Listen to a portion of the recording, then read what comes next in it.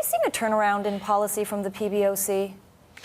So, Angie, it's interesting you should say that, but because, you know, we are looking at the yuan declining for a couple of days, but then it has come after 4 months of an incredible advance. It rose 2.1% last month. So that, I don't think there's a serious change in policy. I think what they're trying to do is keep the currency steady. But the market has taken that to mean that the PBOC will support the currency. So they're pushing it all the way ahead. And this comes on the back of a weaker dollar as well. So what's happening now? I mean, we spoke last week. We were right here around this time that we were thinking that, you know, the advance has gone on long enough, and we were suspecting that the PBOC will come in and try and tame the market by sending the smoke signals, so which they have done. And if the smoke signals don't work, the concern is that they may come down slightly harder.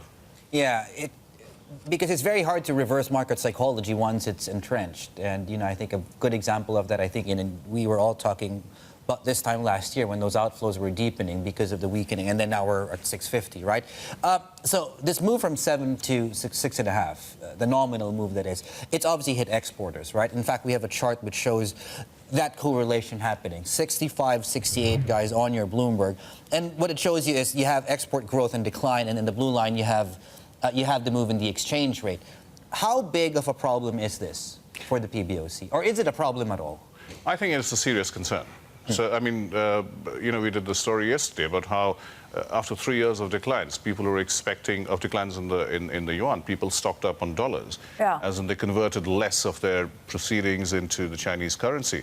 So now that's kind of left them on the wrong side of the trade at the moment, because, you know, with the recent, more than 4% advance in 3 months against the dollar, the most in Asia. So, you know, they're concerned about how they can get rid of their dollars. Now, the problem is if the PBOC sends a signal, the yuan weakens, the dollar strengthens. So this will drive the exporters to try and get rid of their dollars, right. And in the short term. This kind of, you know, stymieing the whole effort to control gains in the